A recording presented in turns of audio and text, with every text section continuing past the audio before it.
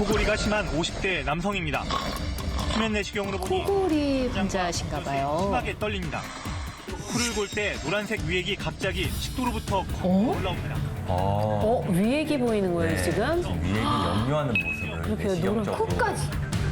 코골이 때 역류 장면으로 내시경에 잡힌 건 이번이 처음입니다.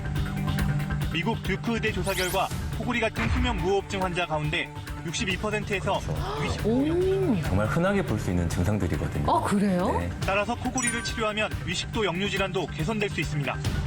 실제로 수면 무호흡을 치료하면 75%가 가슴이 타는 듯한 증상이나 신물이 올라오는 역류 증상 등이 좋아진 것으로 나타났습니다.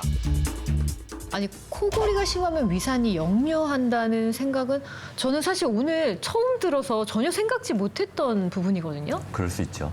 코를 골 때에는 힘을 줘서 호흡을 하게 됩니다. 가까이에서 보면 가슴이 높이 올라가면서 힘을 주는 게 보입니다. 이때 가슴 안에 압력이 올라가고 또 위와 이 식도 사이에 있는 밸브와도 같은 괄약근이 열려서요. 위액이 이제 거꾸로 역류하게 되는 거죠. 이렇게 역류한 위산이 우리 몸을 공격하잖아요. 그러면 역류성 식도염이나 위염을 유발하게 됩니다. 아니, 그럼 위산이 우리 몸을 어떻게 공격을 한다는 거죠? 자, 제가 조금 더 부연 설명을 드리자면요. 이 위액의 산도 자체가 상당히 강산이거든요. pH가 1.5에서 2 정도가 되는 아주 강한 산성을 지닌 물질입니다. 자, 이게 어느 정도인지 영상을 준비해 봤는데요. 자, 위액과 같은 산도의 용액에 새우를 담그게 되면 빨갛게 익는 게 보이시죠? 와. 그런데 이 맵고 짠 음식 같은 위에 부담이 되는 음식들이 들어가게 되면 위가 이것을 빨리 소화시키기 위해서 강력한 위산을 과하게 내뿜게 되고요. 이런 과정 속에서 속쓰림과 같은 증상을 느끼게 되는 거죠. 아니, 지금 설명을 듣는데도 속이 막 쓰린 것 같아요, 선생님. 그렇죠.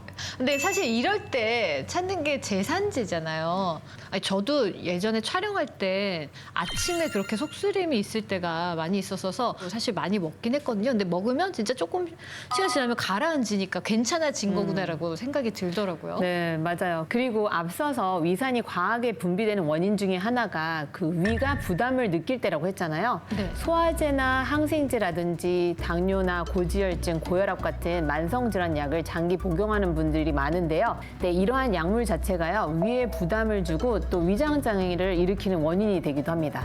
자, 그리고 한 가지가 더 있는데요. 이 한국인은 식문화가 어때요? 국물 문화죠. 그쵸. 그리고 반찬도 덜어 먹지 않고 같이 나눠 먹는 네. 그런 문화를 가지고 있잖아요. 이런 문화에 아주 치명적인 문제점이 존재합니다. 덜어 먹지 않고 같이 음식을 공유하는 습관은 이제 헬리코박터균이라는 균의 감염의 위험성을 높이게 됩니다. 뭔가 좀 점점 심각해지는 것 같습니다. 방금 말씀해주신 이 헬리코박터균에 관한 아주 흥미로운 연구 결과가 있다고 하거든요. 본격적인 얘기 나누기 전에 먼저 영상을 보고 오겠습니다. 위 점막에서 저게 지금 헬리코박터균이구나. 16세 이상 감염률이 44%에 이릅니다. 헬리코박터균을 없애면 골다공증을 예방하는 효과가 있는 걸로 나타났습니다. 아니 근데 골다공증이랑 또 관련이 있나 봐요. 진짜 처음 들었는데. 분당 서울대병원 연구진이 최대 20년간 추적 관찰한 결과 세균 치료를 받은 집단의 골다공증 발생률은 24.5%로 그렇지 않은 집단보다 골다공증 발생 위험이 30% 가까이 줄었습니다. 특히 50세 이상 여성에게 세균 치료의 효과가 큰 것으로 확인됐다고 연구진은 설명했습니다. 아니, 헬리코박터균이라는 거의 정체는 도대체 뭔가요? 네, 이 헬리코박터균의 정식 명칭은요, 헬리코박터 파일로리입니다. 자연계에 아주 오래전부터 있던 균인데요. 이 오염된 물이나 어떤 매개체 등을 통해서 우리 사람의 몸으로 들어온 것으로 추정이 되고 있고요. 그러니까 헬리코박터균을 가지고 있는 사람들과 같은 음식을 나눠 먹다 보면 침이 섞이죠. 이 네네. 침을 통해서 감염이 전파되는 겁니다. 자, 인간 몸에서 이 헬리코박터균은요, 딱 한 곳에 서식을 하는데요. 바로 우리의 위에서만 서식을 합니다. 그래서 위 점막과 이 점액 사이에서 기생을 하고 있는데 위암과도 아주 밀접한 관련을 가지고 있기 때문에 이 세계보건기구에서는 이 헬리코박터균을요, 위암을 일으키는 1급 발암 물질로 규정을 했을 정도입니다. 침이 섞이면 이제 헬리코박터균이 감염이 될 수 있는데 그럼 키스를 해도 헬리코박터균에 감염이 될 수 있나요? 있습니다. 더 직접적이지 않을까요? 아. 네. 직접적으로 침을 섞게 되는 행동이기 네. 때문에 감염의 그렇군요. 위험이 높아질 수가 있겠죠. 아니 앞서서 위산이 아주 강산이라고 하셨는데 이렇게 강한 위산에서 헬리코박터균은 또 살아남는다는 거잖아요. 근데 이게 어떻게 살아남는 건지 또 어떻게 위암을 발병률을 높이는 건지 저희가 영상을 통해서 좀 확인하고 오겠습니다.